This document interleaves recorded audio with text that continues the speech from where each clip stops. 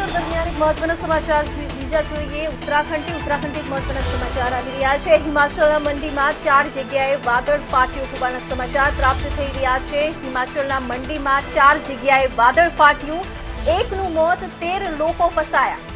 હિમાચલના મંડીમાં 4 જગ્યાએ વાદળ ફાટતા એકનું મોત નીપજ્યું, 13 લોકો ફસાયા। વ્યાસ નદીમાં પૂરની સ્થિતિ। ઉત્તરાખંડમાં લેન્ડસ્લાઇડથી કોટદ્વાર બદ્રીનાથ માર્ગ બંધ કરાયો। વ્યાસ નદીમાં પૂરની સ્થિતિ સર્જાઈ છે અને ઉત્તરાખંડમાં લેન્ડસ્લાઇડથી કોટદ્વાર બદ્રીનાથનો માર્ગ બંધ કરવામાં આવ્યો છે।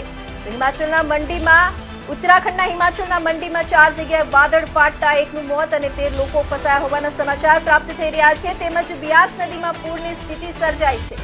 તેમજ ઉત્તરાખંડમાં લેન્ડસ્લાઇડથી કોટદ્વાર બદ્રીનાથનો માર્ગ બંધ કરવામાં આવ્યો છે।